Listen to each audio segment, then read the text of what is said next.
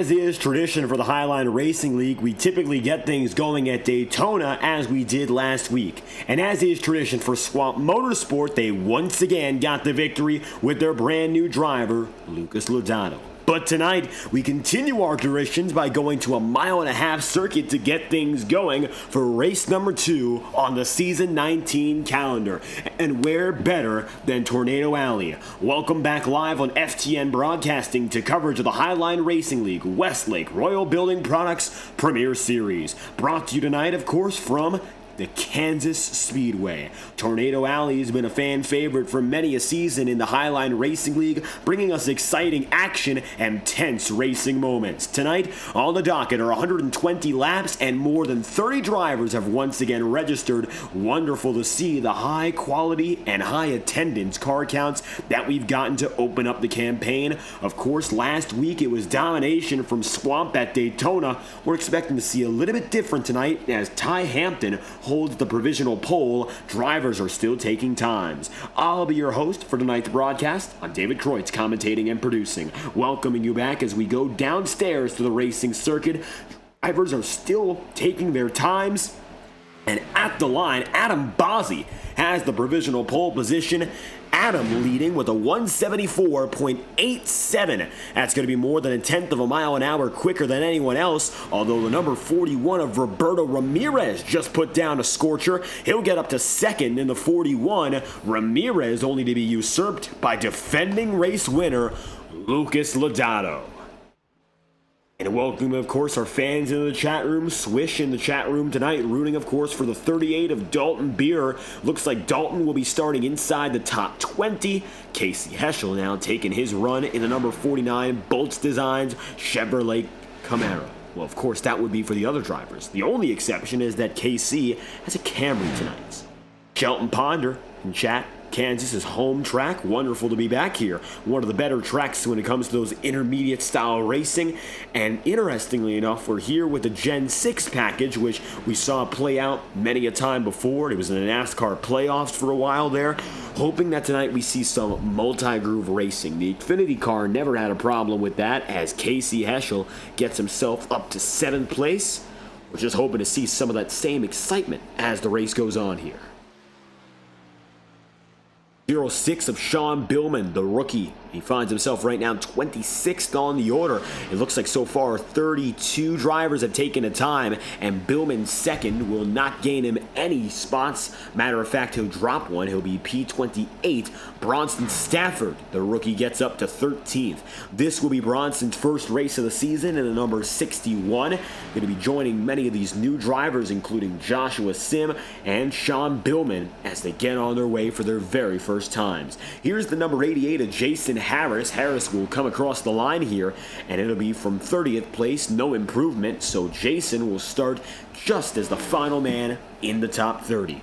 Ty Smith and Matthew Rodriguez are the only two drivers who have decided not to take a lap. It looks like both of them remained on pit road and did not enter the qualifying session circuit, and they'll be starting at the back of the field to get things going tonight. All the while, the rest of the pack is already put to rest their qualifying run. Fastest time coming in is a 174.87 in miles an hour and a 31.468 overall. That is Adam Bozzi, provisional pole position for the number 27. He's got the top spot, and he'll be, of course, position number 1 to get things going. Pole position, Bozzi, as we get things going here from Kansas.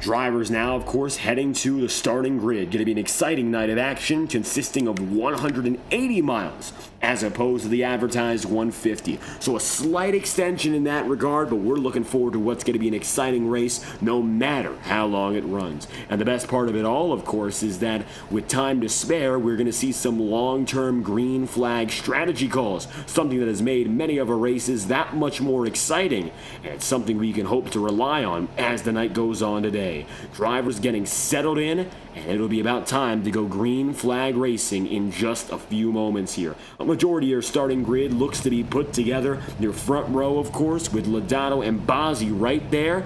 And we're going to bring to you your starting grid graphic for the night, making sure all of our iRacing overlays are just right. 35 drivers. That's what's in focus. And your leading men, Adam Bozzi and Lucas Lodato, of course. They'll be the top two, and the rest of the field will follow them on the way in, and hopefully we'll come out with a clean green race winner when it's all said and done. Second race on the season, so the championship fight has really only just begun. Many an opportunity for drivers to succeed tonight, no matter where they start on the racing circuit. Of course, qualifying order means a lot more at these non-superspeedway tracks, but it doesn't mean that the driver cannot come from the back of the field on up. Front straightaway is all but entirely empty, but the starting grid is packed right, as we have the iRacing pace car ready to lead the field off.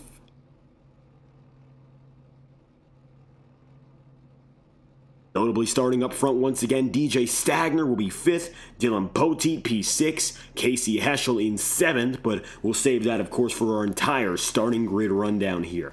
Looks like 35 drivers, the final registration total, as the iRacing official pace car gets the ball rolling. It'll be Adam Bozzi and Lucas Lodato, your front row.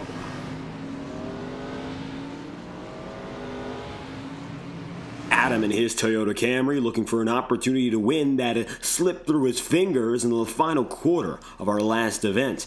Bozzi was running strong, but there was no way to get through that domination that Swamp Motorsports has held over the entire field at Daytona. Now with 4 consecutive victories at that venue, it is undeniably their track to win no matter when we go. Here's your starting grid overall. We'll take you from top to bottom.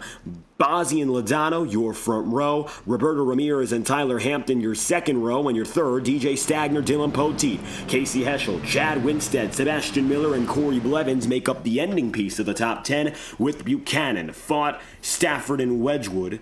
J.R. Houston, the top 15. Remainder of the grid includes some heavy hitters, including Scott Wheeler starting in P20, P25, P26, and onward. Seeing some familiar faces in Joshua Sim and Matt Muir, but it looks like now one additional lap.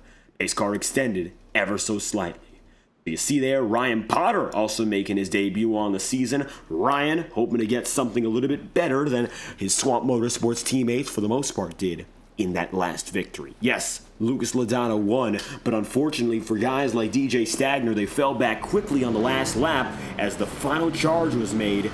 Now Potter's joining his teammates, looking to go for 2 straight wins for the Swamp. Lodato starts strong, but he'll see his teammates spread out all throughout. Connor Holden is also row 11, starting P22. Then you see Sean Billman, Jason Harris, your final 4 being Austin Bloom, Kenny Brooks, Ty Smith, and Matthew Rodriguez.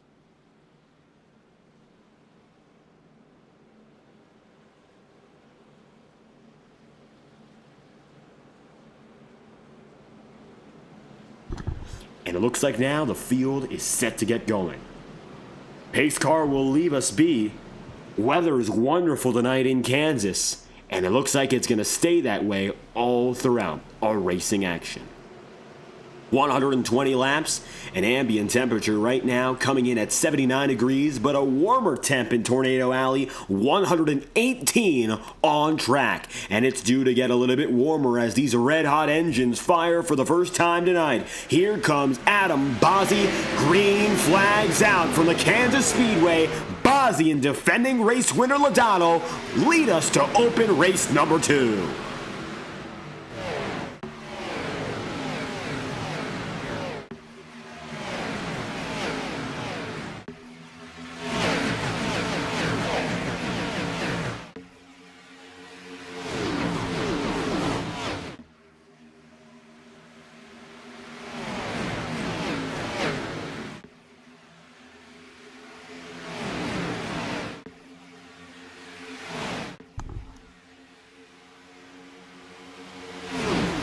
Side-by-side fight, but the advantage is ever so slight for Adam Bozzi. He'll lead in lap number 2, and so it begins. The long-term game and strategy is due to be played tonight, and again with the Highline Racing League 4 tire sets allowed and no fuel cap. A lot of fans in the chat room coming in real early. Emma Ox rooting for your current race leader in Adam Bozzi. Trip Morgan looking out for a former series champion, the number 60 in Chad Winstead. Winstead finds himself up to the top 5 now as we get things going for lap 3. A strong start for Chad, all things considered. Maybe now that silver bullet can get further up, perhaps into the podium. That, of course, remains to be seen as Dylan Poteet now runs down the back straightaway, and it looks like it's going to be toe-to-toe between he and Bozzi here. 31 has it up high. Tyler Hampton's now taking the race lead as well, and a few changes made very early. Hampton looked quick in practice, and it looks like now he's taking that race pace up to the very front. Tyler Hampton remains ever the exciting driver each and every time he goes at it. And that's largely because he's, 1, an aggressive driver, but 2, a very clean driver in his aggression. And that's something not a lot of drivers have been able to master. He's only been involved in 2 very serious incidents, and we say serious as in multi-car contact incidents of his own doing, and he's been with us since season 16. In large part, he's fighting up for the win most every week, and as a result, being up there means that moves have to be made to keep yourself there, and Hampton very discreetly took the race lead from 4th in the qualifying order. And so now, he's in a real good spot to race down the back straightaway once again and keep it as he defends upon the number 31 of Dylan Poteet.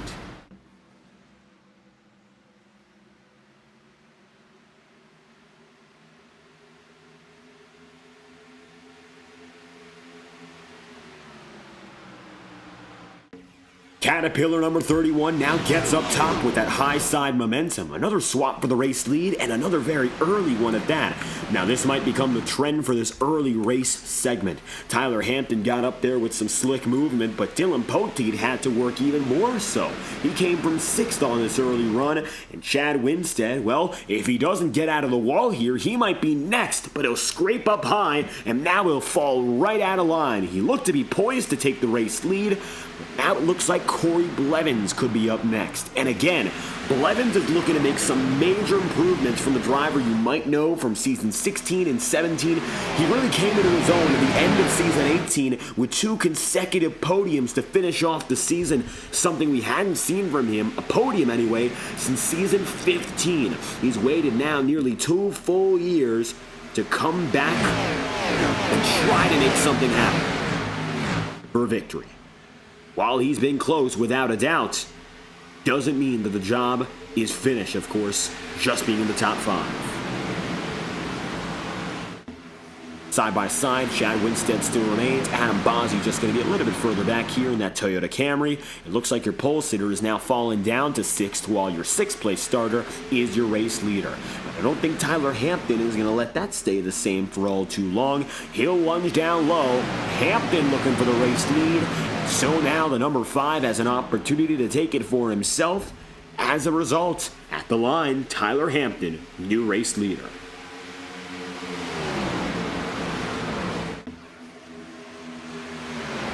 Hampton, for the first time this season, does have a teammate. We've often mentioned him as one of the independent drivers getting things done. However, that is no longer the case for the Hoosier Buckeye Racing crew. The 5 of Tyler Hampton is accompanied this season by a rookie in the number 21 in Jim Fawn.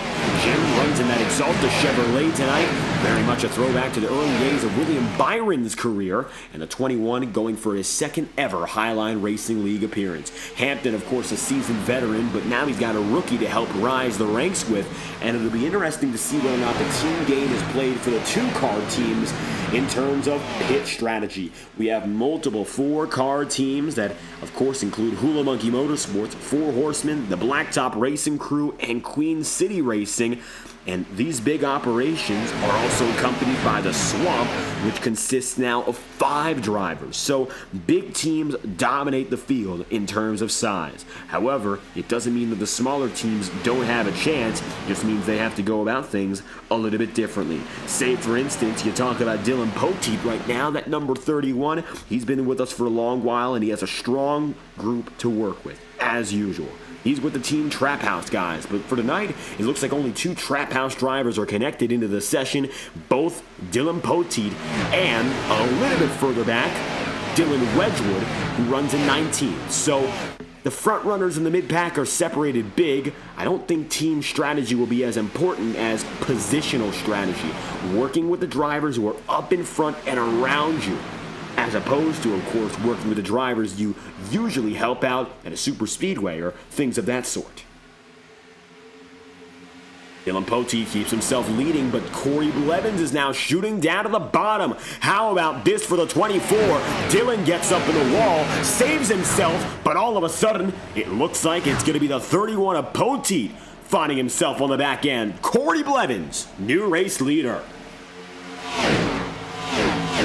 He's gone from 10th on the day up to the race lead. The number 24 cannot be stopped. Exciting to see Corey Blevins in this resurgence of a driver who's been waiting so many seasons to blossom. It looks like at long last he finally has what it takes. Blevins, the Indiana native, has 1 victory to his name, Bristol Motor Speedway in season 15, and it looks like he too caught the bug of the outside wall. He'll fade back now and give Tyler Hampton the lead once again. But even still, Corey has made himself a clear early fighter for this victory. I don't think he's going to give in just yet on the basis of 1 mistake. Still a lot of time on the table and a lot of opportunity. This race-leading battle stays red hot as Lucas Lodato tries to make a move. In the mid-pack now, Scott Wheeler going to find himself smacking 18th. He's got the 38 of Dalton Beer just ahead of him. J.R. Houston runs 17th. And it looks like side-by-side now between Casey Heschel and just ahead of him the 61 of Bronson Stafford. Bronson making his first ever start, currently 13th as he was in his starting position.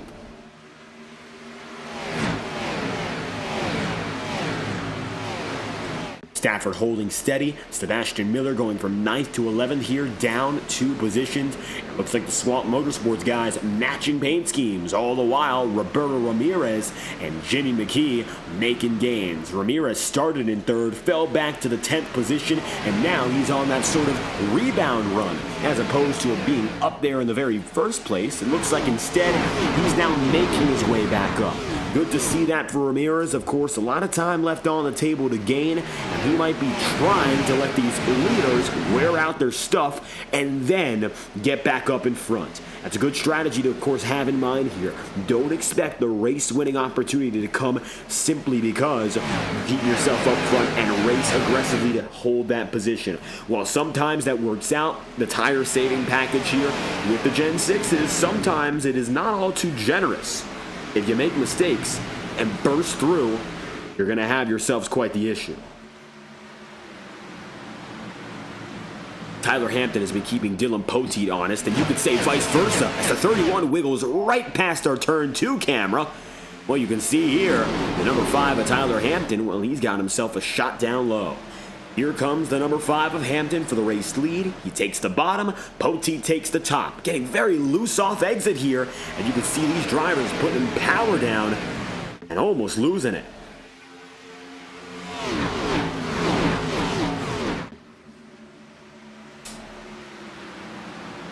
Lucas Lodato now getting himself back in the podium. Corey Blevins hanging on well after catching the outside wall. Even Chad Winstead recovering. He's in 8th now.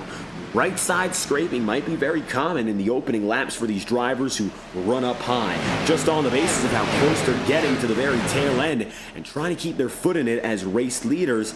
It means that we might see those aggressive attitudes cause some long-term negative side effects. Drivers are racing very well around each other, yes, but there's that issue of trying to push a little bit too hard and getting caught up in the act.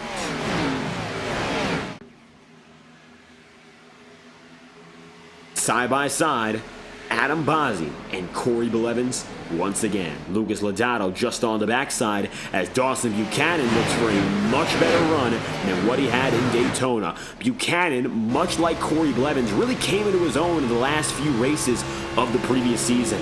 Coming through with a career best finish now in the podium, Buchanan understands he has pace and could become one of the best drivers in this league so long as he goes at it consistently. Right now, the number 4, well, he finds himself in good company at the front of the field, but when you discuss who he's working with, he really doesn't have all too much of anyone around him.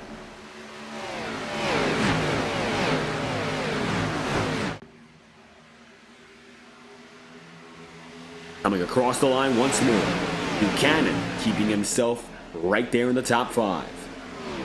DJ Stagner going to be P7, and it looks like DJ tonight has been able to keep himself up in front. A reminder that even though he's perhaps the best acclaimed driver in our superspeedway racing history, he's also a pretty well acclaimed driver across the board. A multi-time champion and an FTN broadcasting, of course. He's gotten himself an Ignite Series championship, one of the most esteemed championships in all of sim racing, with more than 50 drivers competing in that series on a week-to-week basis.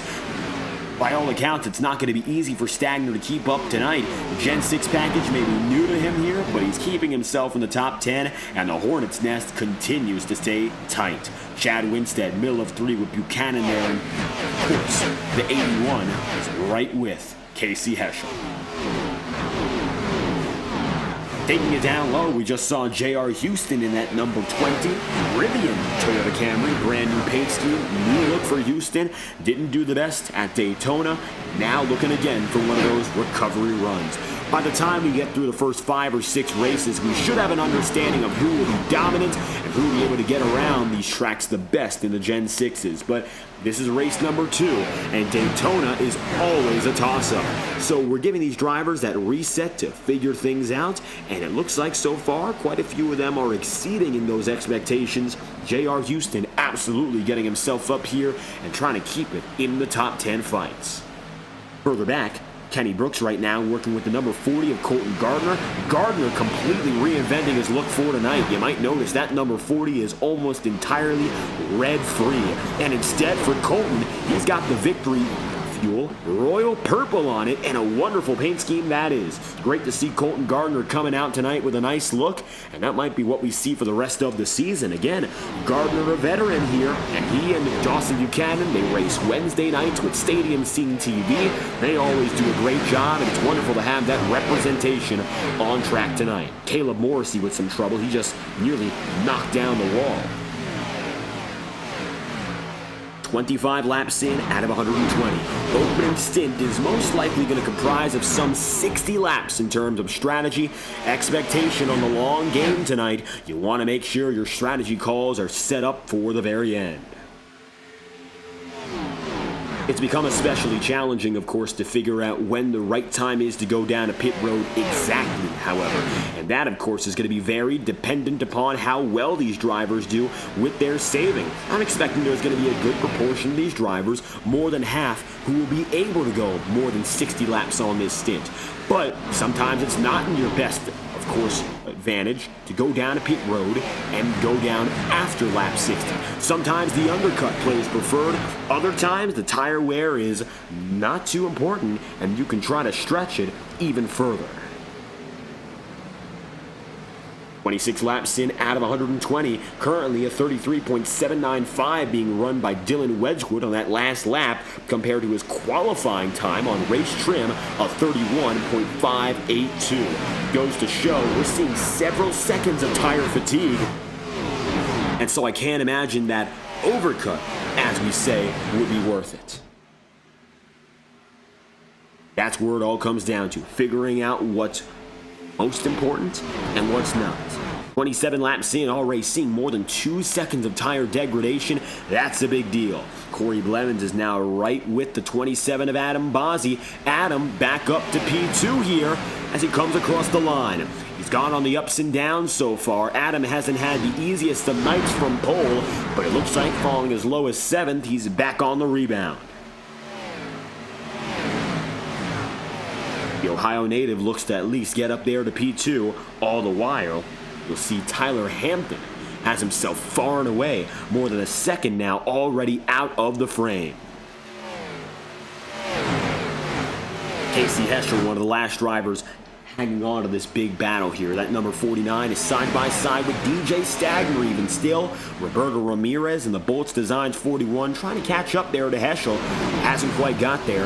The top 10 spread apart by 1.6 seconds. Winstead, potentially with some of that back end damage, is going to find himself all the way at the back of it. Still holding on for the top 10, yes, and contact, and it's big. It's in the back of the field. The number 3 looks to go around, and he saves it. That was Austin Bloom. We're still green. The call on the field is that we will remain green for now. Yellow flag has not been officially thrown. It looks like we will continue on unless otherwise stated, but Austin Bloom with a nasty slide. Saved it, yes, but that could have been significantly worse. Take a look. Number 3 of Bloom. Talk about getting uneasy as he comes out of turn 2, contact, and it looks like Colton Gardner setting off a chain reaction. The number 3 hits directly into the 99 of Ryan Potter, drifting more than 45 degrees sideways. By all accounts, Austin does a great job of putting it back together, but he's going to be much slower on track as Ryan Potter is slowed too. We stay green. The number 3 of Bloom falls back to 33rd, and the race leaders are now coming around to put him 1 down in the number 5. There's Tyler Hampton, and he'll be making it through. Corey Blevins remains second. Dawson Buchanan now the driver in third. It's been quite the revolving door. The driver's up in front. And while it looks like right now your race leader in Tyler Hampton is a sure thing, everyone else fighting from second on back has gotten their chance from being in the middle of a podium to all the way back at the tail end of the top 10. It's not inconsistency necessarily, but what it is, more so, is just competition. Some drivers have that pace in them, and it looks like a lot of them do tonight, and that's what's causing the issue. One driver stuck in the wall here. Is this going to be an issue? It looks like one falling back big. That is Adam Bozzi, and this time, yes, the caution flies. It's your first caution of the day, and the 27 the cause. Here's a replay.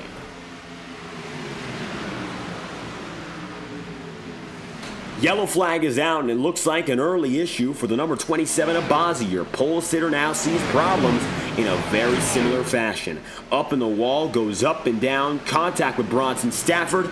Stafford makes contact then with Scott Wheeler. Oh, the 61. A car nearly flips off of him. That was Terry Brooks. And Brooks still involved in the wreckage, as is Scott Wheeler. One additional perspective should show you more, because Wheeler involved with Brooks, and it just gets worse and worse as the wreck progresses. Caution's out, no fast repairs. This is going to take a few good guys out. And you watch the chain reaction begin. Wheeler gets caught up in it, and notably Terry Brooks takes a particularly nasty hit as he's sent up on his side and slides back down. Wheeler hits McKee, comes up the track, nearly hits Chad Winstead. And he has to stall it out there. Adam Bozzi does. Colton Gardner just barely gets away as they go down to less than 20 miles an hour. The yellow flag flies. Pit road's as busy as it gets. The entire field from front to back decides to enter. And now we're going to see who wins the race off pit road. Exiting first, it looks like it's going to be DJ Stagner. Then it'll be just after Dawson Buchanan, Tyler Hampton, Corey Blevins, and Dylan Poteet. Your top 5.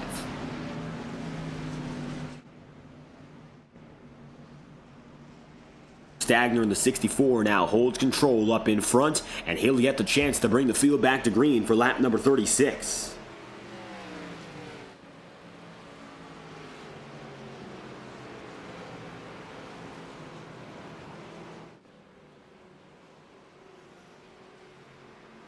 An early yellow flag on the day, 34 laps in out of 120 here, which we would still expect to see one pit stop. That would come in some 60 laps for drivers at about lap 90 here. So, strategy's not going to be out of the way just yet. Matter of fact, strategic calls have only just begun. Tyler Hampton heads high. DJ Stagner opts to go up top as well. So the 64, your control car, will lead us through for lap number 36 of 120. The first quarter came rather easy for these drivers, and now the big question becomes, what can they do for what's left? Halfway point coming up soon. One more pit stop still necessary. And we'll see very quickly what's next.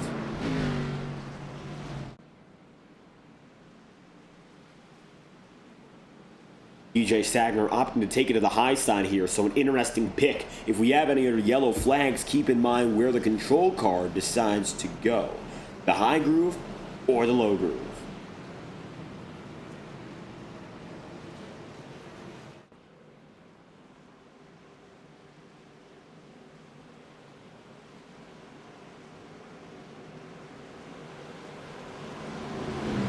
'64 Stagners got it up top. With them is Hampton, Poteet, and Lucas Lodato. I would say that's one of the strongest lines you could pick up, but you got Corey Blevins and Dawson Buchanan down low who are looking to give them a run for their money. DJ's got the edge on the outside, and it looks like his group gets away better. It's our first restart of the night, and Stagner pulls fourth.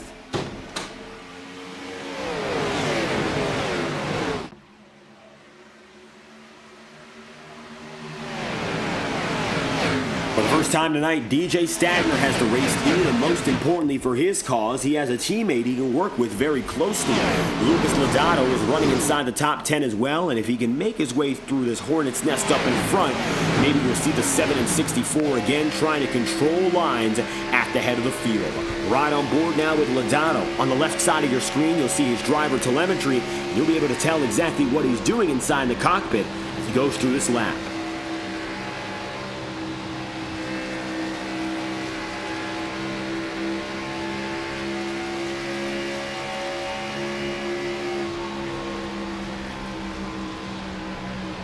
Notably very little use of the brake, as you see there at the bottom left of your screen.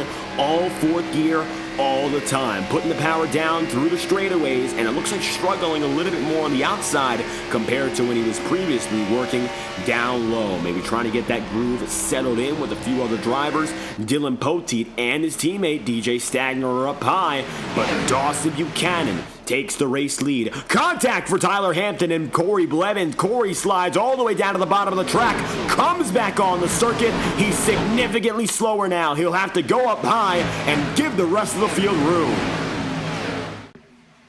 It looks like Corey able to recover to stay inside the top 10. He's now 7th place, but he's still a little bit slower here, so he'll be caught 3 wide middle in the thick of the pack. Corey's got the number 70 of Matt Muir going high, and Jimmy McKee in the 48 now to the bottom. And Caleb Morris, he's now looking to make some big moves, but he gets boxed up top. The number 6 about the fastest he's been all night long here. The channel lock number 6 started in 18th place. We saw him outside the top 20 earlier, and he was as low as a 29th position before, of course, this caution. And now he's gotten himself up inside the top 10, running 7th place at the line. Things are looking up for Morrissey. He was an intermediate race winner last season, and it looks like once again the mile and a halfs are his strong suit as he pulls up and ahead of the majority of a real big pack here. It's a small group up and ahead, but you've got 3 wide all throughout, from about 10th place down to 25th. There is no break in between for the majority of the pack, and there are 30 drivers on the lead lap here. More than half of them are in the tightest battle on circuit. Bit the first. DJ Stagner, the number 64's got himself up top. Dylan Poteet works the bottom, and it looks like now Tyler Hampton goes with. Hampton's looking to reclaim the race lead. Stagner, he started this restart up in front. He's still there. The 64 catches the wall just a bit, and now Dawson Buchanan gets a little bit further up front. Lucas Lodato, we have mentioned it before, he's in a real good spot, not only because he's got his teammate, but he's also got a good view of what happens here. If there's any trouble, he can simply put back out of the way and keep on moving. Right now, it looks like Lucas will run 5th, doesn't have to commit himself to the high side or the low side.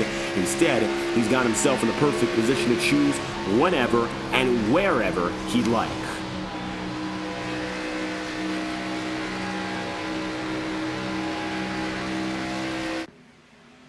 Across the line, Tyler Hampton with the advantage here, and now he's ahead by about 0.2 of a second. He'll take it down to the apron and cut a little bit of that track distance here. A good move there for the number 5. Hampton back up to the race lead. So far on the night, he's led a total of, see here on your timing screen, 25 of 43 laps. So more than half of the race so far. If he leads 60 on the day, or if he's the closest driver to it, he'll gain a bonus point for leading the most laps on the night. And so far, it looks like he's led more than anyone else. So a strong start, but it's not a sure thing. At the line again, lap 26. The Indiana native finds himself now up in front by about a full quarter of a second. Time and time through.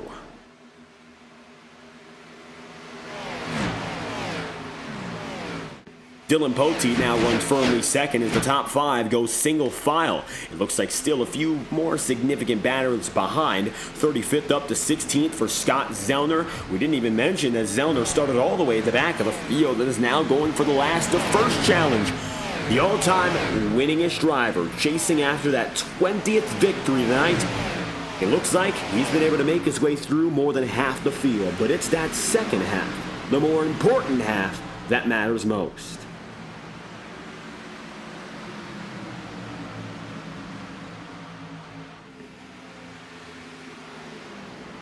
Down there right now, eyeing a top 15, just to get to halfway at that point and then finish the work with the next half. Oftentimes when Lucas Logano is up in front of these intermediates, and that's not the case right now, but it definitely could be. It could be Scott Zellner and Lucas Logano once again. The first time Lucas Logano really had himself up in front of the field was season 16. He was a part-time driver coming from the Development Truck Series, and he was racing in Atlanta. It came down to he and Scott Zellner on that night. Zellner did get the better of him, but Lucas Logano, as a rookie, put on a tremendous performance. In the final quarter of the race, unfortunately, he fell out of favor, had some damage on him at the end, but that was the night when Logano really proved he had what it took to win, and that, of course, proved that Scott Zellner absolutely still had it to find the checkered flag. Scott goes 3 wide under both Dalton Beer and Sebastian Miller. Miller in the 83 is going to try to give him some room here. One driver's got to give, but so far, none of them have. There's still 3 coming down the American Ethanol back straightaway. Adam Bozzi almost forces it 4. Thinks better of it. Scott Zellner now going to be ahead of that number 38, but it looks like Sebastian Miller has not quit. Seb stays just on the high side, and the fight continues.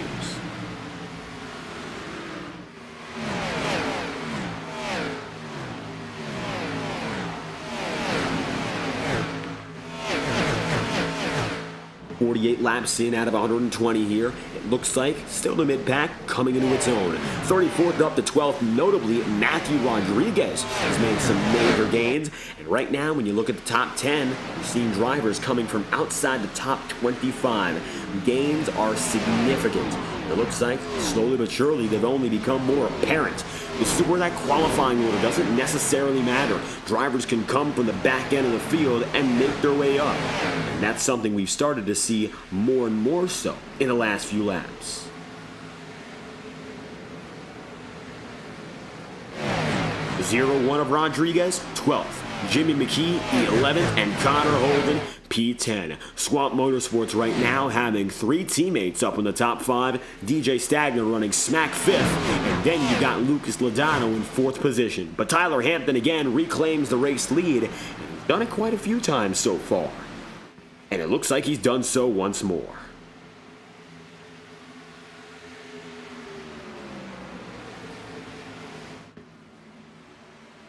Hampton and Dylan Poteet has been the fight of the night, and the 31 once again brings it to the number 5. Dylan Poteet, well, of course, while Tyler Hampton's led 30 laps, has been right on the opposite end, and he's led 9 laps. So these two combined have led 80% of the race so far. Dylan just picking up his 10th led lap on the day. Looks like right now, maybe the number 31 is coming to his own more than anything else. Down the back straightaway, a little bit of a wiggle there from Dawson Buchanan. And you can see here, Matt Muir also getting into the back end of the lead fight. It's a big 6 conference up in front here. Looks like Muir is the last of which, from 26th up, he's gone plus 20 places on the day.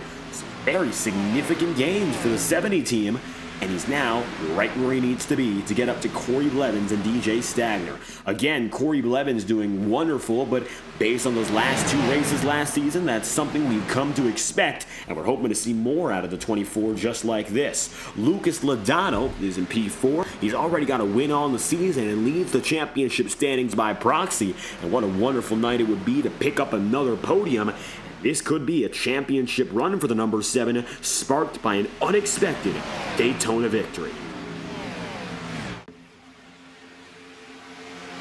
That's something that I'm sure Lucas Lodano would love to see, but that would come to the fruition of 15 plus races when it's all said and done. A lot of time until that point comes and goes. Chad Winstead, by the way, 18 laps down, he's officially retired from tonight's event. The number 60 will finish P34 of 35 starters as a result. The championship in the Highline Racing League, as we come a little bit closer toward halfway, comes down to a randomized race schedule. The track type is predetermined, but the individual track itself is not. And so next week, we're going toward what is considered a unique circuit, which could be anything from Dover, Gateway, Indianapolis, Pocono, Rockingham, or something like Motegi or the Milwaukee Mile. It's going to be a completely different layout each and every time. It's a unique track. Then we have our road courses, short circuits, super speedways, dirt tracks, and one doubleheader on the season. The Highline Racing League prides itself on giving this randomized opportunity to drivers, which means it's very hard to prepare in advance. But at the same time, it's more exciting to watch the racing play out as everyone comes to grips in real time. Swish in the chat room talking about our friend Dalton Beer. Right now, he's right on the tail end of the top 15 fight, and this is something that has raged on for the opening laps of this race. Looks like right now the number 38 is looking low. This is on Scott Wheeler, and Beer has a chance to maybe break in to the top 15, so long as he moves the 97 out of the way, but Scott Wheeler now has the advantage in this fight. Jim Fott is a little bit further back, and you can see Jim right here fighting for 20th place at the line. He's going to be scored 21st in the number 21. Hasn't quite made his way through just yet, but still keeps himself right in the thick of the battle.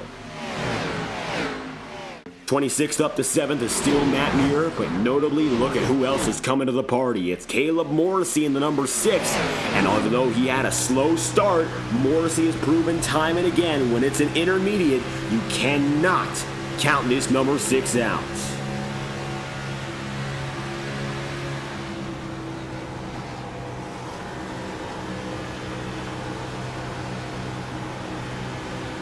Caleb Morrissey continues to work the high side, and it looks like now he's got Tyler Hampton to block. He'll be boxed up on the top groove once again. Matt Muir, he puts in his rearview mirror, and now he'll work the high side. Dylan Poteet with a big hit from the outside wall, and the 31's going to have to back it off as he goes 3 wide, and this time he's the one being swallowed up. The number 24 now, up high, the 31 of Poteet in the middle. Looks like a quick recovery for Dylan, but definitely not an optimal place to be. Neither high nor low, he's stuck in between. And that's the consequence. Yellow flags out. Matt Muir, Corey Blevins, it's a big incident. And the yellow flag for the second time tonight, it will wave. Here's a look at what happened.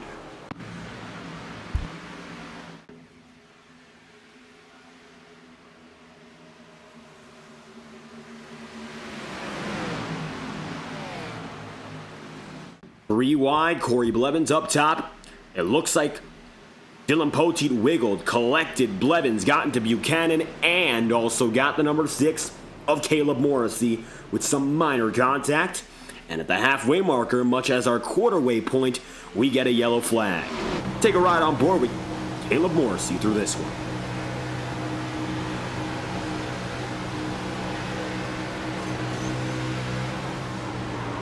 Loose, sliding, minor front end contact. Morrissey, all things considered, will get lucky in this one.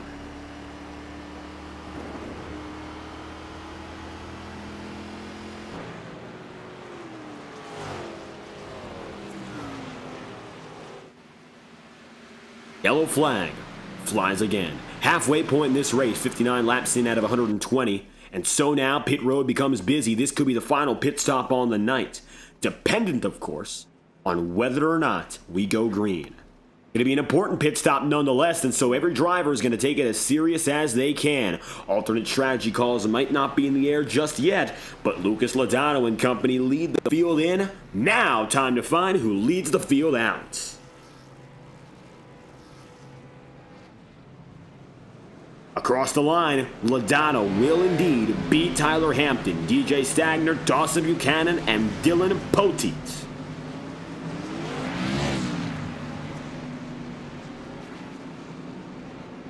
The entire pack comes in, and so now they all file out. 60 laps in out of 120, your halfway point will arrive, and we'll have less than 60 to go when we go green. Second caution of the day, Lucas Logano leading, and for Lucas, he's been in the fight all night long. He's only led, though, 4 laps to this point.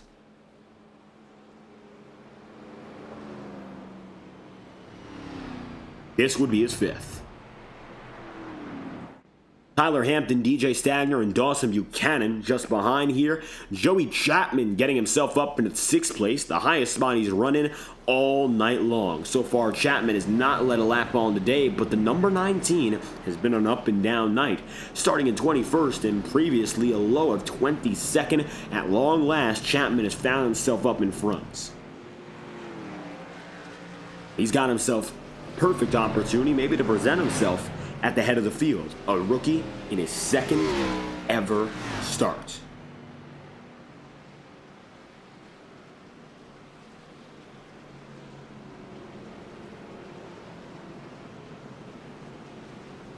Chapman, McKee, Zellner, Morrissey, and Holden are the back half of the top 10 here. Caleb Morrissey getting rather lucky with a minor tap, just a little bit, just enough to hang tight.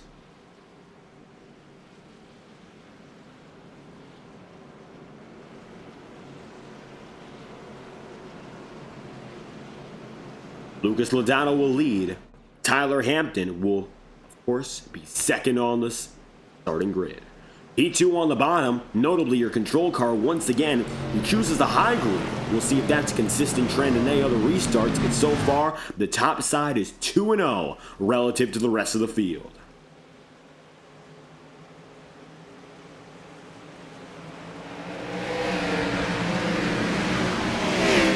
Green flag gets going, second half is on its way, 59 laps to go and counting down.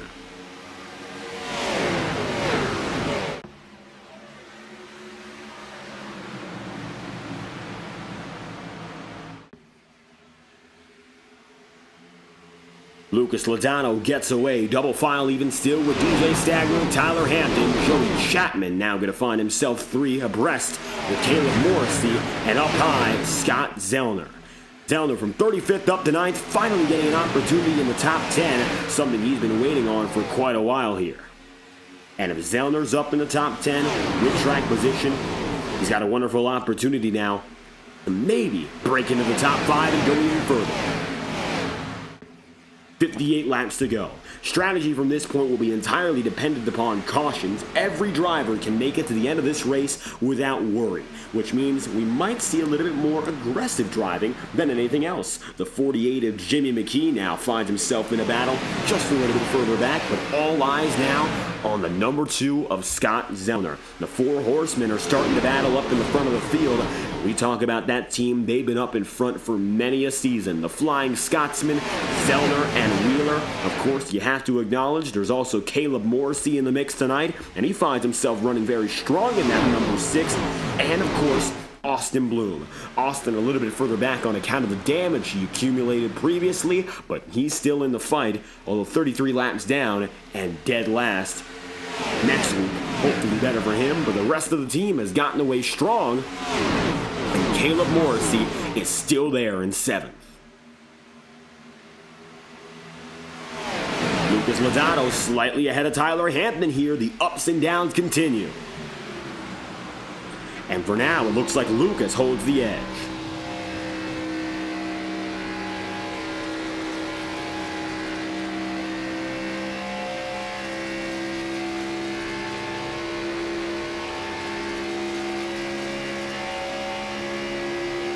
DJ Stagner up to P2, and once again for the second straight week in a row, it is the Swamp Motorsport duo running first and second. Positions 1 and 2 right now for the Swamp going to be held comfortably. Dylan Poteet now is going to try to look low, and it looks like the fight for second place rages on. This time the 31 sticks a move down to the bottom.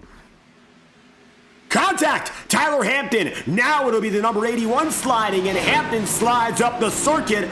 Caught in the grass, luckily. Caution is out. And the number 5 of Hampton. What could have been a huge issue there if he came back up. Still, bad news for the 5. Minor damage, but a lot of track position lost, and here's your replay.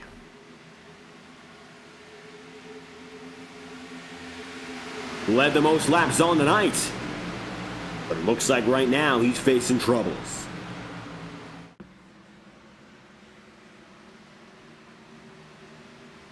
Out of turn 4, contact there with Holden. Caleb Morrissey shot down to the inside and took it right straight through Connor Holden as well. And luckily all drivers merged safely back. Could have been much worse, however. The grass really trapping those drivers who were out of control.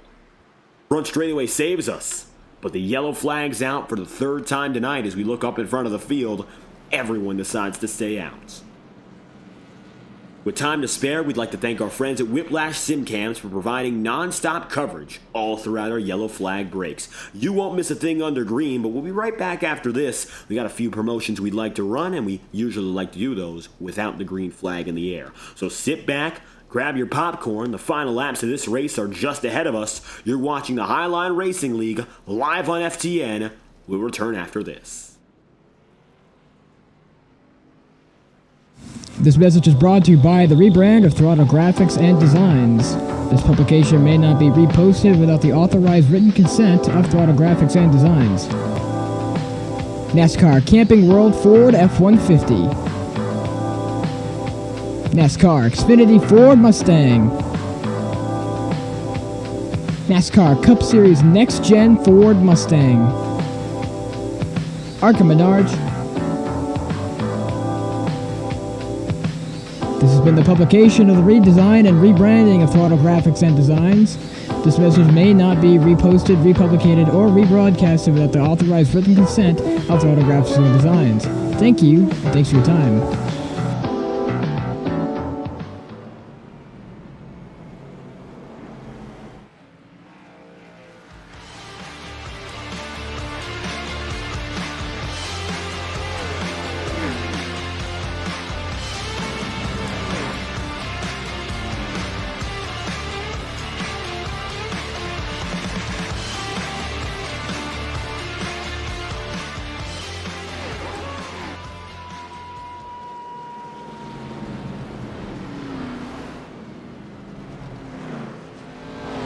51 laps to go as we restart for the third time tonight. Connor Holden able to escape the wreckage and find himself right up front with his teammate Lucas Lodano.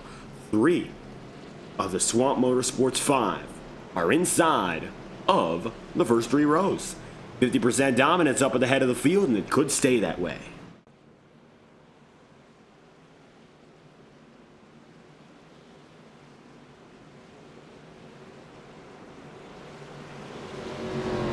Lucas Lodano with control once again. Taking a look back to the tail end of the field here. Tyler Hampton now runs in 24th. Green flag and a fly. Lucas Lodano advantageous, and we'll go back at it again. 51 laps to go. Lodano holds fourth. The green flag's out for our third restart.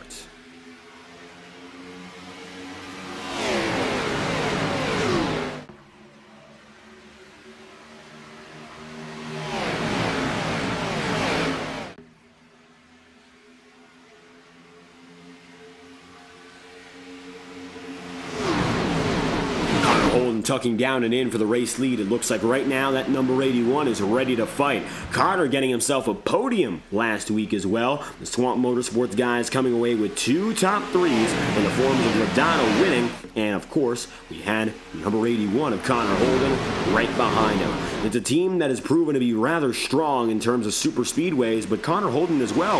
Last time he went racing in season 18, he won in Phoenix. He's not a one-trick pony, and he's here to prove that tonight.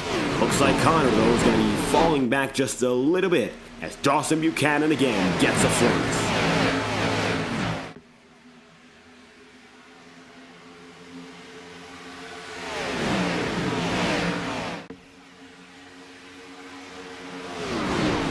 Lodato's got the edge. 50 laps to go. Caleb Morrissey, I would not count it out in the slightest, though. This number 7 machine, of course, of Lodato's held a lot of control, but that number 6, Zellner! Big trouble for the number 2 of Scott Zellner, and another major incident. Yellow flags out.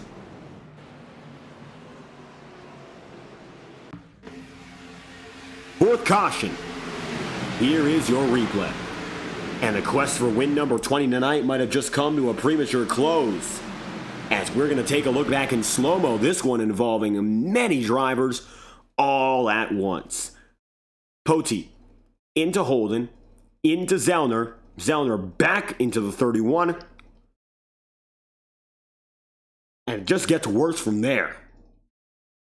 Adam Bozzi gets collected big. He'll go sliding. DJ Stagner slides. So does Holden, and so does Scott Wheeler. And the number 27 barely getting away from hitting Stagner, but you can see he's driving up the track. It's only going to end bad from here. Contact with Zellner again, and nearly hitting Corey Blevins. Coming to a stop right ahead is the number 33, Andrew Baker. Parks it. And huge hits. Don't quite know if Andrew Baker actually got away damage-free. Take a ride on board. We're going to find out here. Baker might have gotten perfect parking.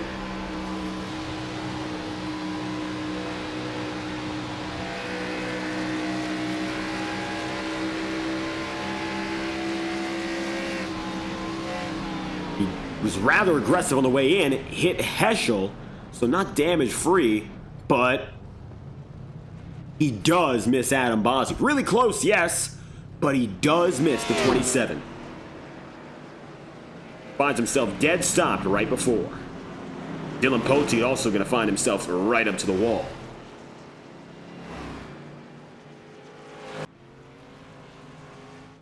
Lucas Lodato still out on track. A few more drivers going to head down to pit road that time through. 2 pit stops for Lodato in the top 10, but from 13th, 14th on down, more popular to go in at least one more time. The 2 stoppers versus the 3 and 4 stoppers for the majority now. It looks like this pit stop is going to signal a shift and a split in strategy. Evidently, Lodato decided to take the more conservative route of just staying on the track here. We'll see whether or not that's the one that wins at the end of day.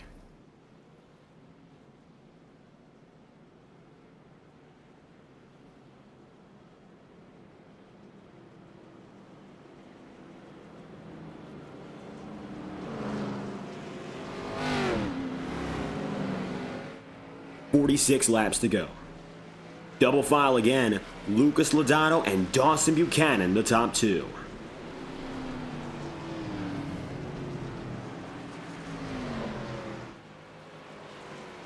The iRacing official pace car assembles the field again for what is now our 4th restart. We were going good at about 30 lap stint averages, but ever since lap 60, we've gotten ourselves 2 more cautions. Not what we'd like to see. And hopefully we snap out of it with this one, more and more drivers fading away as a result of these incidents.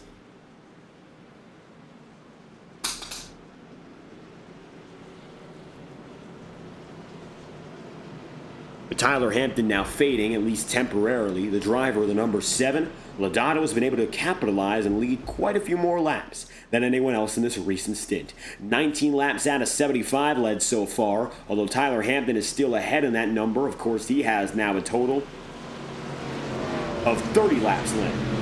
But with Lodato being up and ahead, 10 plus laps could come rather easy compared to a driver who starts this run in 14th. Green flags out for Lucas Lodato one more time, and you'll have Dawson Buchanan running second.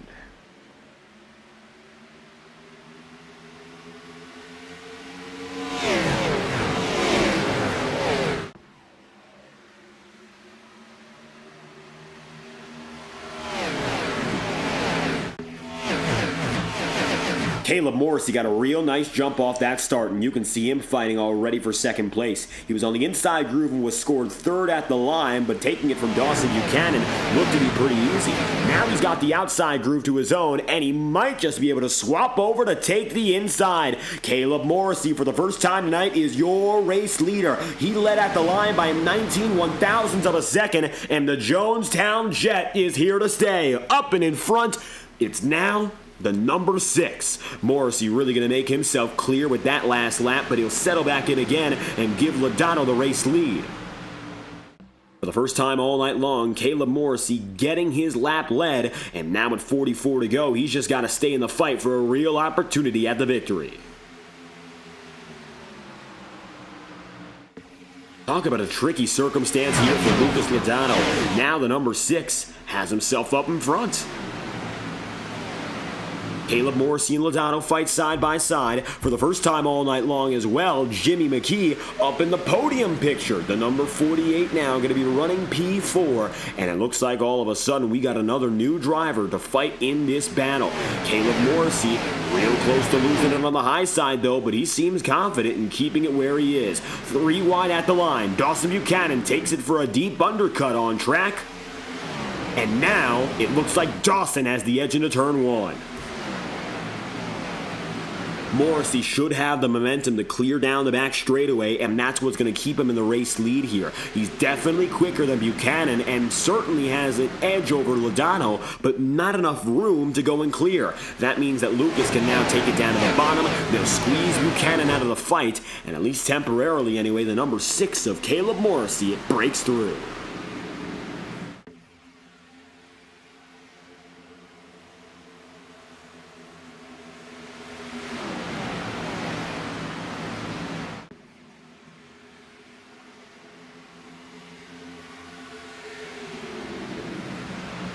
.41 laps to go, and time is ticking down. Currently, it appears that Caleb Morrissey has the big edge over the rest of the field. Lucas Lodato nearly scraping the wall there, and it's going to cost him quite a lot to get off of the throttle.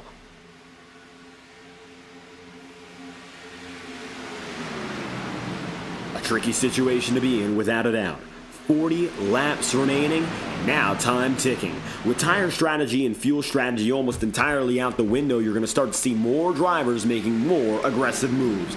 Jim Fott in the number 21 has caught up to his teammate, and now it looks like the 5 and 21 are together again. Tyler Hampton going to take Jim down to the bottom groove, and they've got a whole field to fight against here, but it looks like at long last it's teammates being put together. Joey Chapman in the number 19, more of the same. He's kept himself in the top 10. Struggled to get up here, but it looks like he's remained very constant in this position. Lucas Lodato is still going to be in the top 3, but now Dawson Buchanan takes it up to second place. Dawson with a 1/10 of a second now, Caleb Morrissey, and it looks like maybe Lucas not having the stuff to finish the fight, but it could be another who takes it from Caleb Morrissey.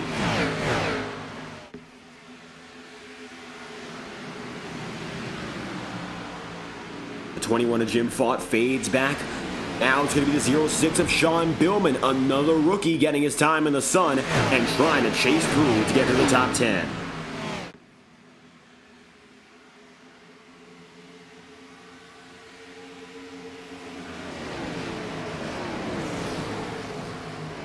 Number 24, Corey Blevins rides up top once more. Blevins there with Kenny Brooks. Getting in the wall ever so slightly again, Corey finds that scrape to be hard to avoid, and that's something most drivers have found hard to avoid. Notably seeing Corey Blevins get up there, Dylan Poteet beforehand as he was up in front. We saw again what happened when a leader like Lucas Lodato got there. But Lucas has been able to recover. In fact, so well, he's now your race leader. One to the wall big. That looks to be the driver of the 83, Sebastian Miller. And Miller fades back. He was all the way up inside the top 5 and now is barely hanging on for the top 10 fights. Taylor's going to be in 8th, and he's going to drop down from where he was in 3rd, so -5 in just a half lap. Meanwhile, Dawson Buchanan takes the race lead. Lucas Lodato looks for an entry, and so does Tyler Hampton. Hampton's been waiting a while. He's been waiting ever since he was involved in the second caution to get back to this point. But it looks like even through all the turmoil, he could not be denied, and so the number 5 is making it through.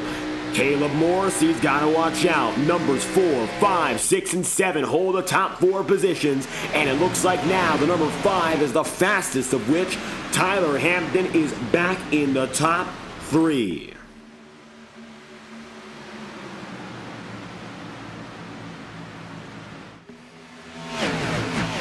Hampton coming up with blistering pace here, and I think that if he's given that inside groove, then he's going to be able to take off and just keep himself there. But that's something no driver can make the same mistake of. They saw what happened when you gave Tyler Hampton his racing room. He gets away and he keeps everyone out of sight.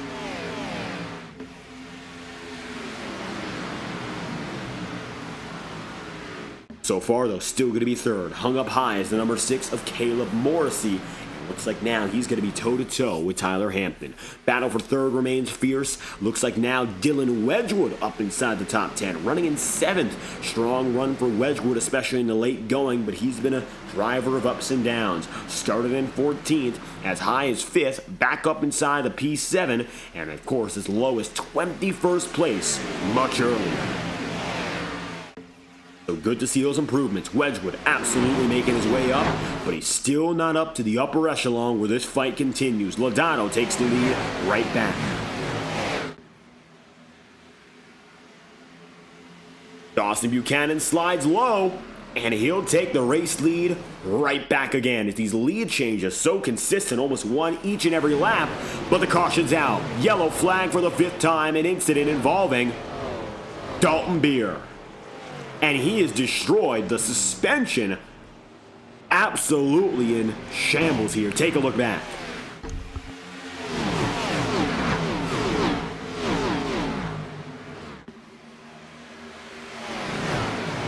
Kenny Brooks looked slow.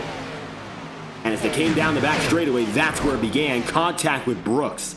That angle didn't show it all too well, but Dalton bears the brunt of the load as the 54 looked to have gotten turned. One more look with Kenny Brooks. Contact. Sent up the track, and it looks like that's going to be Brooks and Beer.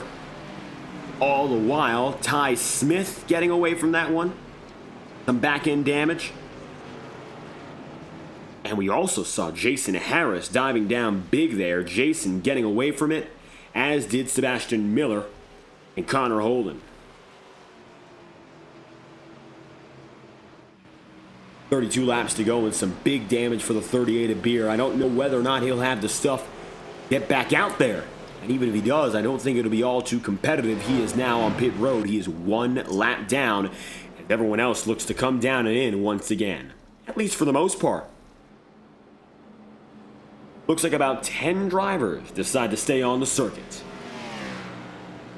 As for the rest, winner off pit road, it appears to be Jimmy McKee, then Caleb Morrissey, then Tyler Hampton.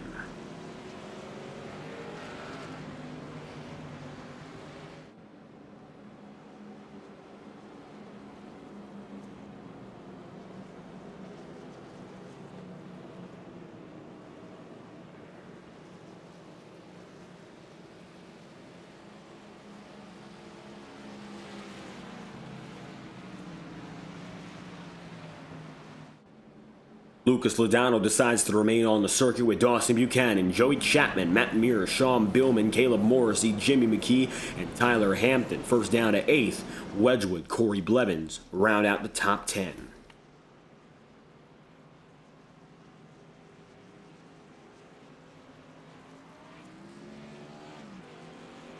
This time around, the control car and Lodato decides to go to the bottom. Interesting choice. Previously, he was taking the top side. And now he's got it to the low groove.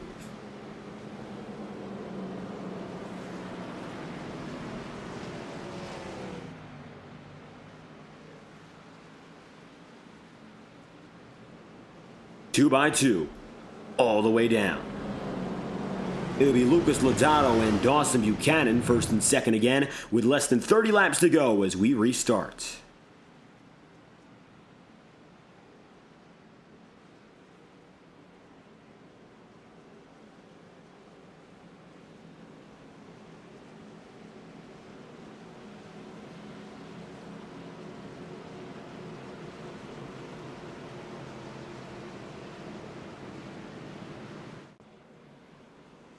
Matt Muir, J.R. Houston making up the inside as supporting drivers, Joey Chapman and Sean Billman on the outside as the supporting cast. Looks like a new arm of leaders up in front, especially by virtue of staying out. Let's see if the old tires work out for any longer than some 30 laps. I don't quite know if it's the right move to stay out on them, but now we're going to see. Old versus new. Green flag with 29 laps to go. Caleb Morrissey already looks topside. He wants to get the advantage, and he's already got contact with Colton Gardner. Colton backs off quickly. Now Tyler Hampton gets stuck up with the number 40, and Morrissey even still slows down significantly. Here comes Jimmy McKee, advantage 48, as Jimmy goes surging for the race lead. Managing that circumstance perfectly, the 48 not all too opportunistic. He stayed right in line and let it all come to him. Morrissey, Ramirez, of course there, Blevins, all looking for something. But for McKee, it almost dropped right into his hands. He just had to wait a moment, let everyone settle themselves out, and now it looks like McKee's already inside the podium as he blocks big on Corey Blevins. But look at this. Caleb Morrissey comes up on the high side and he's surging. Matt Muir up in the wall. He stays in the wall all throughout 3 and 4. 3 wide further on back. Contact again. Big contact. It's going to be the number 19 going around. Yellow flags out Joey Chapman. Caution number 6.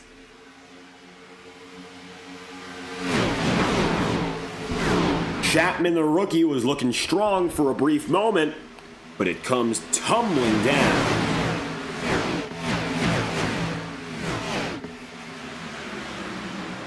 And here's why.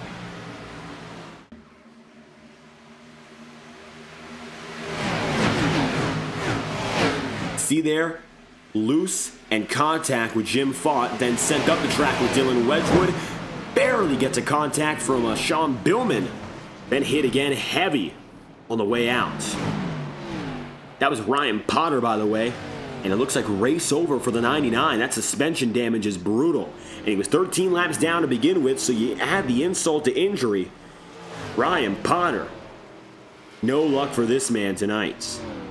And again, Potter finding himself centered to misfortune. Very common for him. It's happened once again.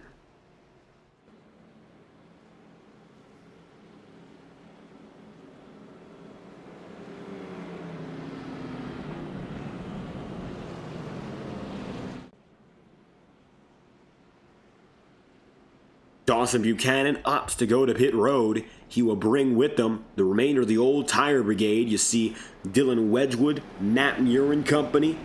So now Jimmy McKee with 25 laps to go, your race leader.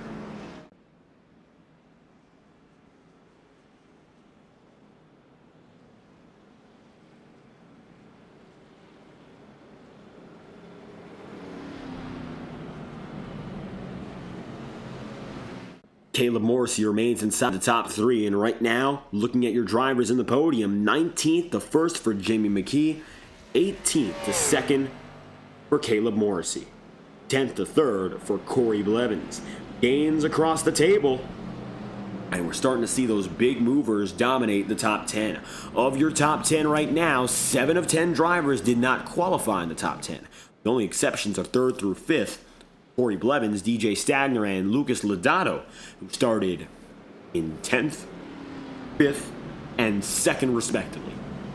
Everyone else in the top 10 qualified out of it, and multiple of which, 2, qualified outside the top 20.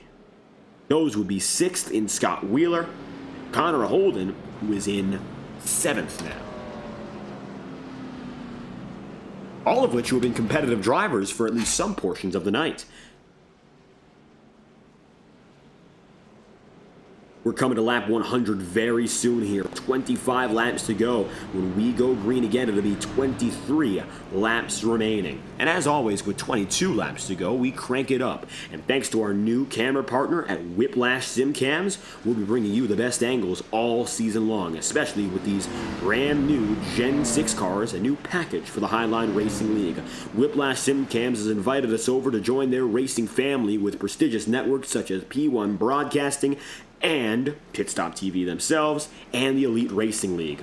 We are proud to join this community of exceptional broadcasters in bringing our viewers the best visual and audio content on the iRacing platform. Tonight, of course, we get things going once again, and we find ourselves ready to rock and roll in Kansas and get things loud in 2 laps time. Stick with us here as the finish of the race is coming up very soon, but also because we've got ourselves a wonderful Crank It Up showcase to begin in just a minute's time. You're watching the Highline Racing League live on FTN, and Jimmy McKee, Caleb Morrissey, its top drivers. Here we go, ready to get things moving for our final shootout, 23 laps left remaining.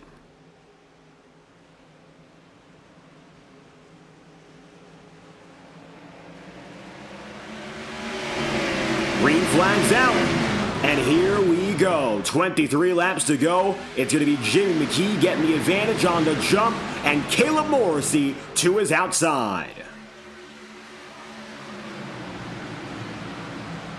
Side by side here, Morrissey going to be with DJ Stagner, and notably you're going to see J.R. Houston getting the mix as well. Coming across this time by, it's going to be 22 laps to go, so how about we crank it up, courtesy of our friends at Whiplash SimCams. Loud, uncensored, and unfiltered. Let's get things moving as we crank it up with 22 laps to go.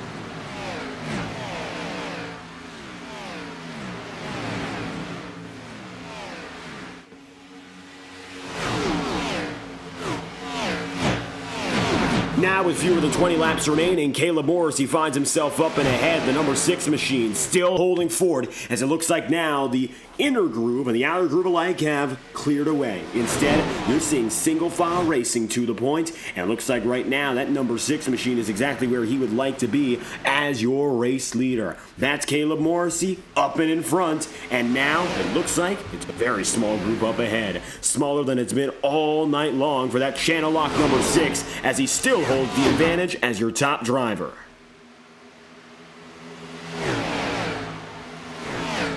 Corey Blevins is going to be right there in P3, fighting alongside Jimmy McKee here. These two drivers have been toe-to-toe for the vast majority of the night, and especially with McKee coming on very strong as of late, it looks like now there's a perfect opportunity for that number 24 to slide back in front. Blevins for P3, and Caleb Morrissey still hanging on for the race lead.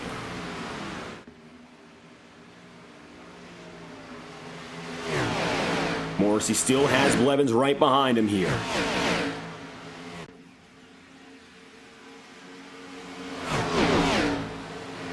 Connor Holden runs second, Corey Blevins third, 19th to 4th on the day, Jimmy McKee, the man who's right now running in P4. And of course, you got Tyler Hampton as well in that number 5 machine. All these drivers from the back of the field on up are making their big moves toward the tail end.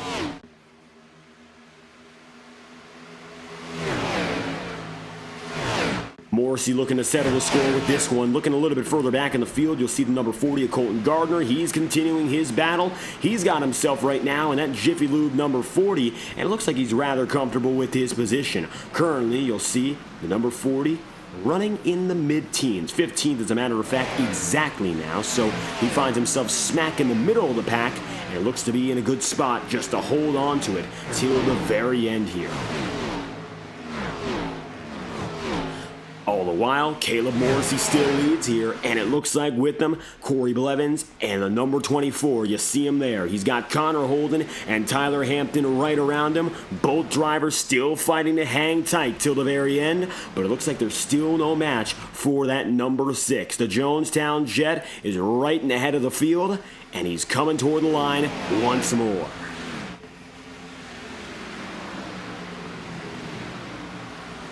109 laps in out of 120. We're looking forward to bringing you the end of this one. 120 laps the scheduled distance. If there is any other yellow flag from this point, there's an opportunity for one and only one extension, which of course would bring an overtime finish. Luckily, it doesn't look like we have to go that route if everyone stays calm and collected, as you see here. There's the number 21, but Matt Muir's going to wiggle big. Matt going down to the bottom of the track and keeping himself together. That one was close, but luckily it looks like Muir kept things just right. That could have been a real bad incident, but luckily the field stays straight. Caleb still going to find himself in the fight, but now you're going to see the 81 of Connor Holden take the race lead, and Corey Blevins now drops to the inside. Bit of contact up top, going to make it 3 wide. Caleb Morrissey will bobble, but it'll be Corey Blevins taking the race lead. It's getting real tight here between your top drivers, and it looks like now the 24 at long last has the advantage, something he hasn't had for the better part of 50-plus laps. He's been around this fight, but he has not been right with it, and so you're starting to see what happens here in the tail end when drivers get desperate. 10 laps to go this time by. A little bit of side-by-side contact, and this time it's direct. The 81 machine right there, and that's going to be Connor Holden making contact. Even still, Jimmy McKee, Tyler Hampton, 3rd and 4th. Now you're going to see side-by-side Caleb Morrissey and Terry Brooks. Even Brooks has gotten himself in the fights. Been a long time coming for the number 48 machine of McKee to stay in it, and now it looks like the 23 of Brooks also has a shot. Connor Holden drops back. Matt Muir getting even closer. Matt was slippery and slidey just 5 laps ago, but now he's in the middle of the Hornet's nest, right on board with Matt Muir.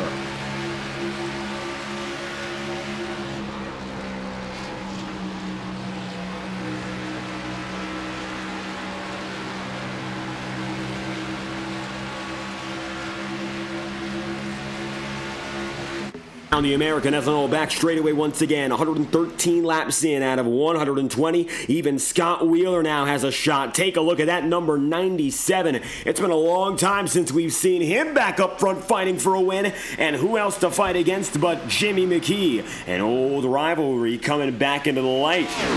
And these two drivers are really keeping each other honest.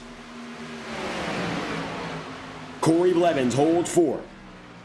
His Exalta Chevrolet Camaro is still just ahead of pack. Dawson Buchanan wiggles big. There goes the number 4 down to the inside. And it looks like he just barely keeps himself together.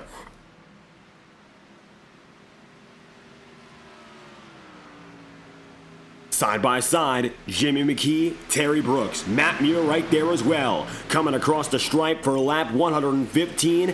Now you'll see 6 laps to go.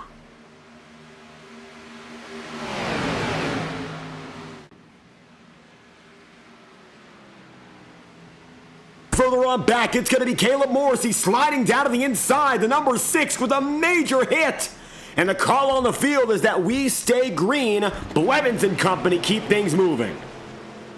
It looks like now, however, it's official. The yellow flag will fly.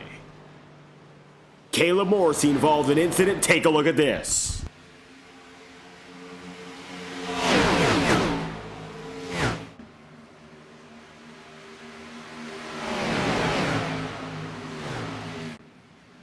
And late race stages of it all, desperation comes in play. Jim Fott sending Morrissey down for a hard hit, and his chances for a race victory slim to none after that one. 116 laps in out of 120, meaning we've only got ourselves 5 laps to go. And it appears based on that we will be extending this race for a green-white-checkered finish. We have just enough time on the table to go for one more lap. We're going to stretch it ever so slightly.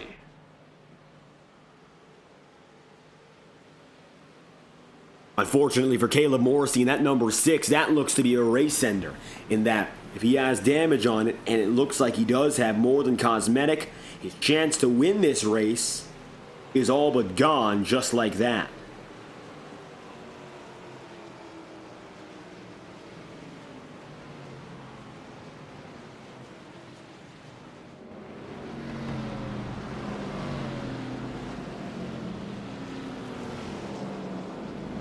Four laps to go. The Highline Racing League restart system for these races, when we go toward the green-white-checkered, well, it's pretty simple. It works just like this. We have ourselves only one attempt, one green-white-checkered. It's a 2-lap shootout. That's all the drivers are afforded. If we have a yellow flag, it ends the race no matter what. At that point, the scoring loops will freeze the field and determine the scoring positions. As a result, whoever's up in front by the scoring loop's conclusion, whichever scoring loop drivers reach, will win. Then from there, you've got second place. The driver, of course, who's second, just behind, so on and so forth. White flag, however, if we reach it, that would mean we go all out. No matter what happens, no way to stop the race from there, and it will be official when the checkered flag is reached.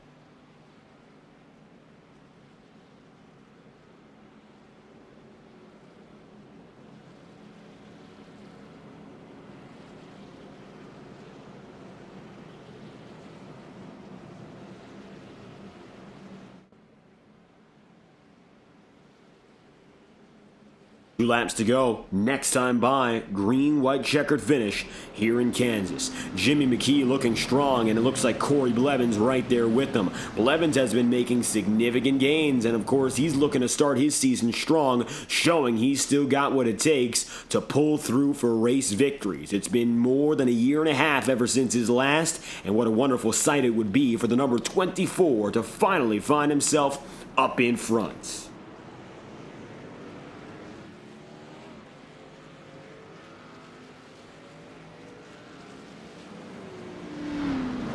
Double file this time by, and it looks like now we're going for a 2-lap shootout.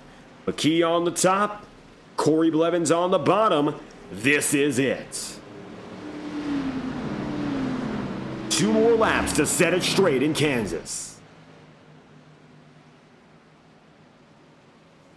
Dawson Buchanan, Scott Wheeler, Connor Holden, many underdogs further on back. You'll even notice that Joey Chapman has gotten back in front. Joshua Sim in the number 51 right there too.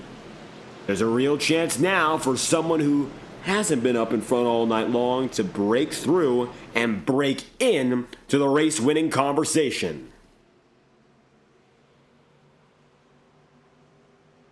Jimmy McKee leads it off on the 48. Corey Blevins has it down low in the 24. And so, with one last run, let's do it all over again. 2-lap shootout here in Kansas. McKee with the advantage. Green flags out. 2 more laps from Tornado Alley.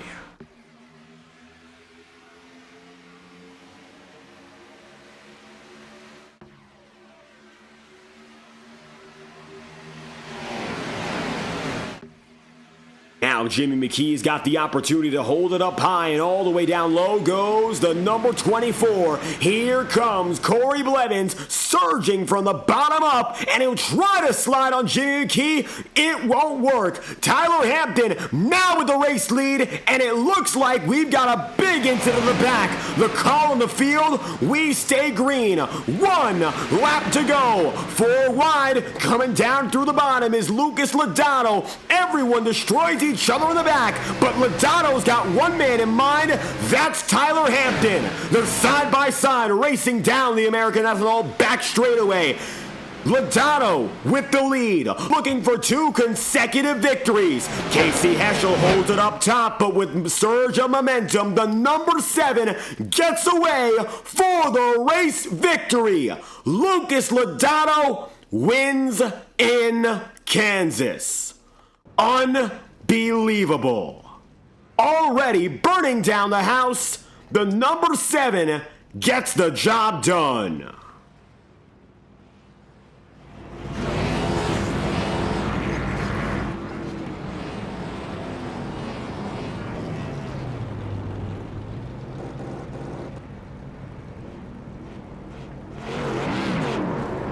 Two consecutive wins.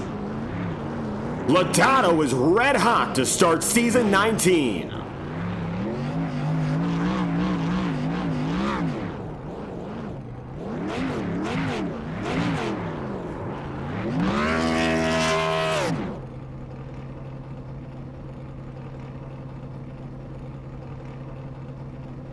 Back to victory lane so soon. Lucas Lodato has done it once again. He'll do it over Casey Heschel and Jimmy McKee. Welcome back to the top of the board. Lodato's victory, of course, something perhaps to be surprised about, but he came through with that new rubber and surged fast. When he got by Tyler Hampton, race over, and he was able to make it through. Casey Heschel with a great drive as well to stay right with Lodato. Looked like the number 7 tonight had it made. All in all, Lucas Lodato will win from second place Casey Heschel, third Jimmy McKee, and P4 Sebastian Miller. Then you'll have fifth in Roberto Ramirez, P6 coming home, that would be Dylan Poteet and Matt Muir, P7. You'll have P8 and Connor Holden, P9 and Scott Wheeler, and 10th place, that will be Dawson Buchanan. 11th place on the order then from there will be the driver, just beyond the top 10 of course. That's going to be 11th place, Tyler Hampton. Doesn't able to get that finish very well, of course. He finds himself just outside the top 10 when it's all said and done. Then you've got P12, Jim Fott, Matthew Rodriguez in 13th, DJ Stagner 14th, Sean Billman in 15th, Ty Smith in 16th, and 17th, Caleb Morrissey. P18, Scott Zellner, P19, and Jason Harris and Andrew Baker 20th. 21st on the day is then going to be Dylan Wedgwood with J.R. Houston 22nd, Adam Bozzi 23rd, Colton Gardner 24th, and Terry Brooks 25th. Kenny Brooks finishes 26th with Corey Blevins 27th and Bronson Stafford 28th. Joshua Sim is P29 and Joey Chapman is 30th. Lastly, with Jacob Halm, Dalton Deere, Ryan Potter, Austin Bloom, and Chad Winstead coming away as your 35 starters tonight. Lucas Lodato, in 2 races this season, he's been able to match his, of course, season-winning totals from the years prior. Unbelievable start to a campaign that seems to be fueled by miracles. So far, Lodato has won them all. Swamp Motorsports gets another victory, and it looks like now their new flagship driver has done it once again. Lucas Lodato, second place on a green-white-checkered surge, making it by the field and winning another week in a row. How does it feel? Pretty freaking good, man. Happy Mardi Gras to you and everybody watching. Yeah, man, I really thought that I made the wrong strategy call when I let the tires sit there when we had about 30 to go. And then it ended up, I got the lucky with the caution where we had that natural green-white checker, and even being back in like 17th at the restart or whatever it was, it all just opened up for me. Got really lucky that a couple of the guys that were in front of me on my same strategy ended up having a little bit of trouble. I got backed up behind some slower traffic, and just it sort of really opened up for me on the bottom there. And I just went straight to the front, and then by the time that I got into 3, I knew it between me and KC. And big shout out to him for keeping it clean with me and racing to the line fair. That was really cool. And I mean, man, that's awesome to get a win on a track like this. Right off the bat. Obviously Daytona is kind of a lottery, more or less. But to get one on a track where it really matters, to driving skill really matters, and picking the right strategy call. There was a little bit of luck to it there, but it was a risk. Thankfully, it panned out. I was rolling there with 15 and 10 to go, and I'm like, I need this caution. And thankfully, it came out, and just the speed disparity was huge. So, I gave up the lead by staying out, and it worked out in the end. So, it feels good to have a risky strategy go right. And it looks like that risk worth taking tonight. You led more than 20 laps on the day. You were competitive all night long, but we saw the turnover in the race lead was extreme, especially during our green flag stints. So how was it dealing with such close quarters racing? Oh, man, it was fun. It's tough, though, with, the track temp's really hot, and it cooled off by the end, and that probably also helped me when I was on the fresh tires. But, yeah, I mean, it really cooled off, but it was super hot before, and these cars are really tough with the dirty air. At least that's what I'm finding out. I think I said it last week that that was my first race in these cars, and this is my second race in these cars. So, I'm learning as I go. But great start to the year for me. Hopefully, we could just keep building on this and continue on to make a run at the championship. And getting that early start, of course, 2 consecutive wins and proving you got what it takes in these Gen 6 cars. It looks like they've come to suit your style pretty well. Unique track next week, which means we can get really anything under the sun, even another intermediate of sorts. So, got 2 wins already in your back pocket. You think there's any way to prepare yourself for what's next? Yeah, I mean, I came out here and was pretty good. So hopefully I could just sort of continue that. Certain tracks I'm better at these sorts of tracks where you got to find the grip and keep the momentum up. But some of the unique stuff I can struggle with at times. Like I could see myself struggling at a place like Pocono or like Darlington, just with the wall at Darlington especially. But these sorts of tracks, when they're all kind of samey, and you just need to find the characteristics that are unique to the track, it tends to sort of play into what I like. So, hopefully we can keep it all rolling, and then, hopefully that I can take care of business as we go forward and just keep stacking good results. Big victory tonight. Lucas Lodato, your second straight on the season. Any final comments or shout outs you'd like to send here? Yeah, thanks everybody for watching. Thanks everybody for putting on the broadcast. Thanks to the league admins, and thanks to Cafe Du Mans for making great beignets.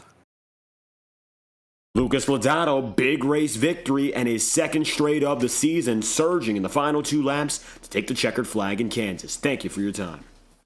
Thank you, David. And with Lucas Lodato on the move, let's hear from second place finisher, the number 49 of KC Heschel. Heschel getting the job done just a 1/10 of a second off of the top position here. And he came close because he did the same thing Lucas Lodato did, which of course was that big surge at the very end. We hear from your second place finisher up next, getting him in the broadcast booth right now. And And making sure that our number 49 is available for comment here. Don't seem to find him in any of our voice chats. We'll request to get him in. If not, we'll speak to your third place finisher. That, of course, being Jimmy McKee.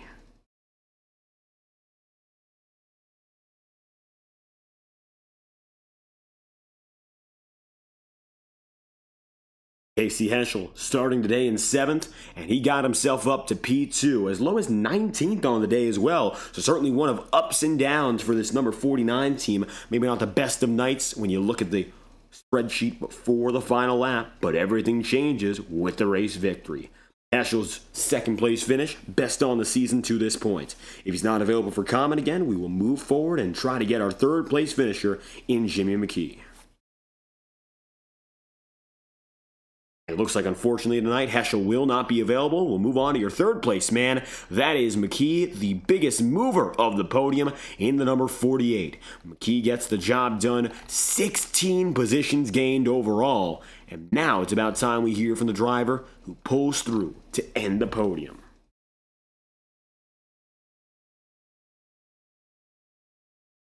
Starting in 19th, and of course having to work his way all the way up, almost had that victory in his back pocket. And perhaps if we stayed under green, the 48 would have come through. Lucas Lodato's strategy in tires and fuel was advantageous at the very end, but it only played out thanks to that very last minute caution, which of course got him up to the victory. And it looks like, unfortunately, tonight, Jimmy McKee also unavailable for comment.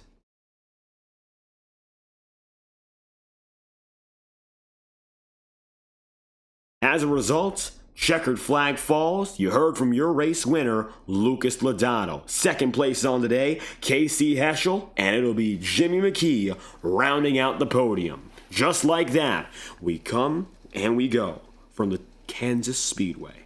Great event tonight overall, and 120 laps, 180 miles time. The race is over. And we're moving on to our next event. We don't quite know exactly what track we're going to. Going to be an exciting one nevertheless, because it's a unique track, meaning it could be any type of circuit, from a 2.5 mile track such as Pocono to the Milwaukee Mile, or anything in between in size and scope. It's really up to the randomized draw, and we'll figure out exactly what that track is next week during our Iora Cup Series broadcast at 7:30 p.m. Eastern. But if you want to tune in for next week's race, starts at 9:30 p.m. Eastern, broadcast exclusively live on FTN. Thank you for tuning in tonight from the virtual Kansas Speedway and watching coverage of the Highline Racing League Westlake Premier Series. Brought to you, of course, here by Westlake Royal Building Products. I've been your host, David Kreutz, commentating and producing. If you enjoyed, make sure to leave a like on the stream and subscribe to the channel. Your support is always greatly appreciated, and we thank you for tuning in. Our next broadcast is Saturday night at 7 p.m. as Saturday Night Thunder continues their championship race, going to the Lucas Oil Raceway Park for another short track thriller. Thank you all for tuning in tonight. Hope you back again, viewers and fans, for next week's event. Thank you for tuning in. We hope you have a fantastic night.